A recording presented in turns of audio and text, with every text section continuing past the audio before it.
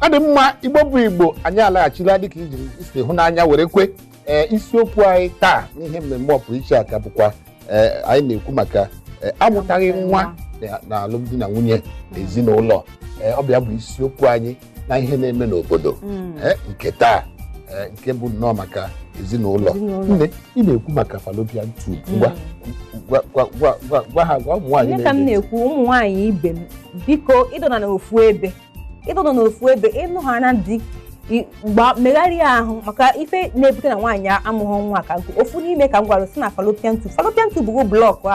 onweghị n'otu ọ dịka na-agbata ya mmiri n'okwute onweghị n'otu nwa ya esi wee ba wee chọwazie nke n'afọ mbụ wee kpụọ nwa. Biko fallopian tube so n'ihe na-ebute enu fibroid nwekwa ihe ọzọ okpu na-eri nwa ọ nọchie fallopian tube hụdo ebe ọ esi wee ga wee chọwazie wee ịba aba. O nwekwa nke ndị oyibo na-akpọ hormonal imbalance nya amamotu na-esiti nke a n'Igbo nya ovulation maka o nwere na ihe ọnwa ụmụ nwaanyị ihe nsọ ụmụ nwaanyị a na-afụ ụfọdụ na-afịa 28 days ụfọdụ na-afịa 24 days ụfọdụ na-afịa 31 days. O nwere mgbe n'ime 28 days ahụ nke ndị oyibo si n'ọnya for normal woman 28 days ahụ o nwere mkpụrụ ụbọchị one ị kwesịrị ịnwụ nọ mgbe ahụ ka ya wụ gụ na di gị mekọrọ ha n'ihe nwa abanye mana o nwere ndị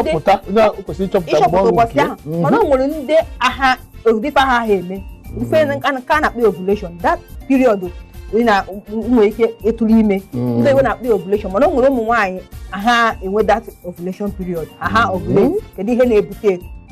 ịma na na-akpọ ihe na-ebute hormonal imbalance ịma na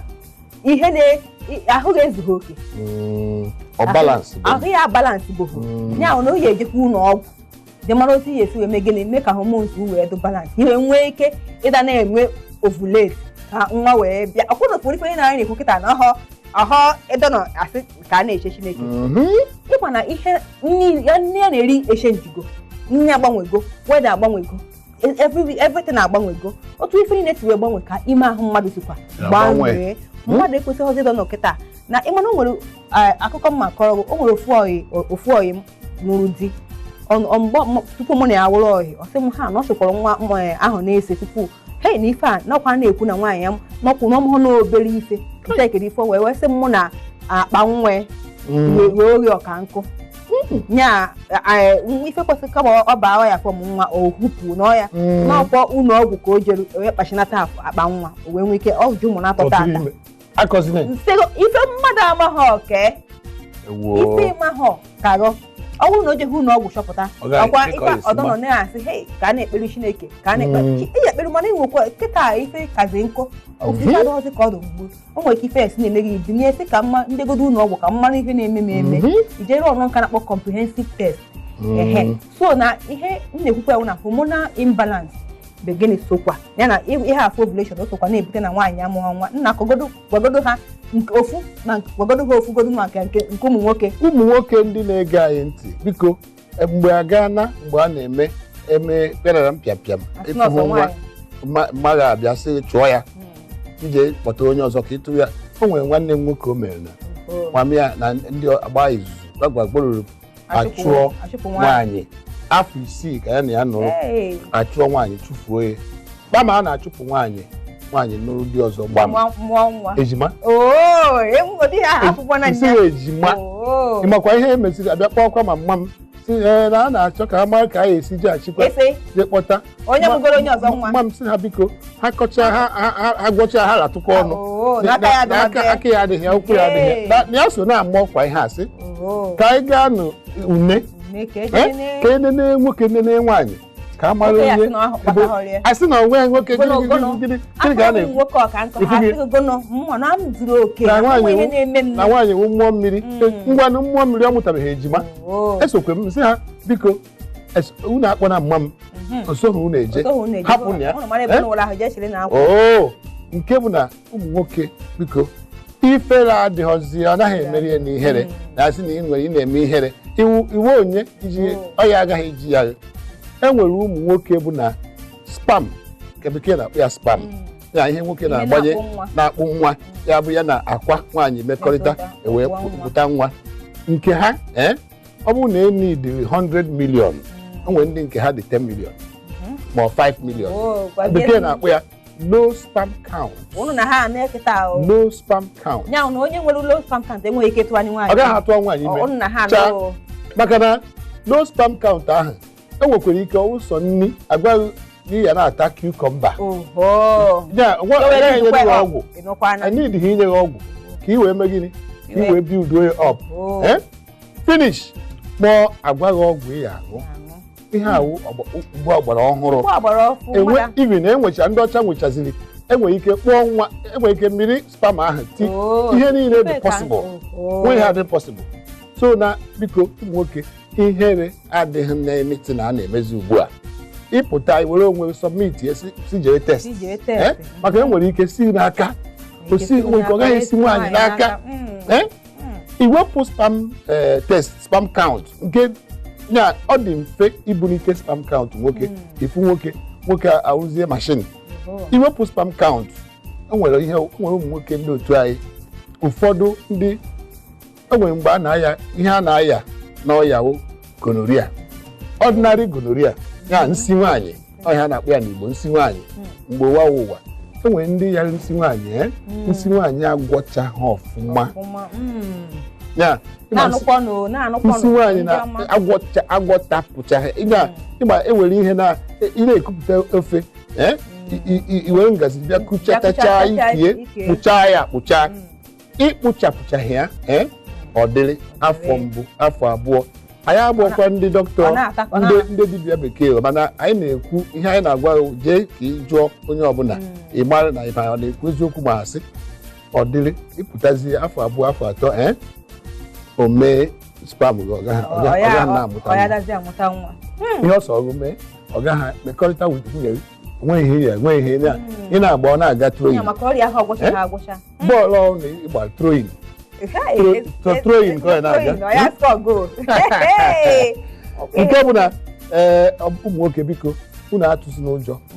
ọ bụghị ọsọ nwaanyị ka na-enwe nsogbu ihe a na-achọ bụ ka a esi mezie ya onweghị onye unu na-abị onweghị onye ọ gbasara ihe a ihe unu ya aga were onwe unu nyefee n'aka dibịa bekee maọbụ ndị labụ si na unu chọrọ comprehensive test ifugie so na nke a bụ otu n'ime ụzọ o sikwa awụ asị ata nwoke ụta ụmụ ihe nwere ike ibute amụta nwa n'ụlọ onye ọbụla na-agagharị a na-esi na ụlọ onye ụkọchukwu nke abaa n'ụkọchukwu nke ọzọ anakọta obere ihe ọzọ dị ka ibe ewu nke a m na-ekwukwo nke ahụ maka o sokwa ụfọdụ nke ọzọ na nwaanyị nweghị ike ịmụtakwa nwa ahụ nwaanyị tere ime mgbe ọ da-agbọghọ nwaanyị tere ime ya ọnwụ na o mere abortion especially ndị na-emefe ofe ya ka m na-ekwu imefesie ya ofe ewee megidozie o wee bụrụ na ịmara ndị baya si na ngwere soro oke ka oke soro ngwere wee maa mmiri na ọkọ ngwere ka ya akọ oke kedu isi inu a ntụrụ na o nwere ike ọnwụ na mgbe ahụ maka Chineke na-eke mmadụ nwere ike ọnwụ na onyere Eliza nwa na-ese nye nkwa na-ese nwa na-abụ Eliza nwere ike mee nke izizi mee nke abụọ ọkwefụ na ịtọ ka fọrịa ngwa ọnwụ mmadụ ime nke izizi mee nke abụọ ịfụ na nwa dị n'afọ agwụna ka ihe ọzọ a na-ekwuzi ịnụzie dị ma nọ ma ọ wụrụzie na ijizi eburuzie onwe obujeziere ndị a na-akpọ park doctors ịma na ha ewego ha wee mee gịnị wee mere experiment nke a sokwa na ihe na-ebute na nwaanyị megịnị nụọ di ma ọmụtahụ nwa nke na-esokwa na nwaanyị ngwa di ọmụtahụ nwa ọzọ ọgwụ mkpụrụ ọgwụ ụmụ agbọghọ na-aṅụ ife a na-akpọ n'ọgwụ nya ọgwụ eji egbochi ka ime ghara ịbata nọ a na-aṅụ ya ọgwụ ọ na-eme gịnị oge na ofu ebe na-adọkọ ya na-egbu akpa nwa a na-aṅụ ọgwụ ọ na-eji ofu ebe na-eme gịnị na-adọ nna amụha m na ifere na isiokwu a na ya ekwuchi tata anyị ekwuchi isiokwu tata ihe anyị mere ọhịa ka anyị sụrụ obere ọhịa na-abịanụ ka anyị banyezie ya hụ ọhịa ka wee kọwaa ife niile maka na elekere anyị na ha emezi kwapụ ọ ga-abụ n'ihi na ka anyị pichinete n'isiokwu tata maka afụgo na elekere anyị rego kwapụ ọ dị mma izuụka na-abịanụ ka anyị gaa n'ihu ọ dị mma ọkụ ya ihe na-eme n'obodo unu furu anyị ọtụtụ ihe na-eme n'obodo biko dịka anyị sitekwu na mbụ ndị chọrọ ka ha soro tụọ ọnụ n'okwu a ma ọ bụ ka anyị repụrụ n'ahịa ahụ ndị ahịa na-ele anyị ugbu a anyị clear that shelf for you maka na isi mbido bụ ebe a nọ n'iti mkpu n'ịgbagha odibo wepụ ihe dị n'ahịa ka ị wee zụta ọzọ new stock biko ndị bekee na-akpọ ya advert nwere ike kpọọ anyị n'igwe nzirịta ozi www.isimbido.tv maọbụ kpọọ m n'igwe okwu 0803 ekwentị 0803 717 2766 makwa anyị nwekwara nke Facebook so m na Facebook so m na Suzan Okoli ihe nweta m na Facebook ka anyị kpaa ọfụma ngwa ka ihe ọzọ anyị ekwe ka gwa n'Igbo mma na ya dụazie izuụka na n'ihi na izuụka ọzọ anyị ga-ekwutọpụ ihe nwere ike ibutegasị ụmụ ihe ndị a anyị na-ekwu maka ya gwakwa gị ka ihe ọ na-ebute nakwa ka esi agwọ ya nweghị ọya na-enweghị ọgwụgwọ tụmadị nke enweziri sayensị and teknọlọji biko Igbo na ọnụ nke ọma ndụ mmiri mmiri atala azụ anwụ na ọ dị mma biko ka emesịanụ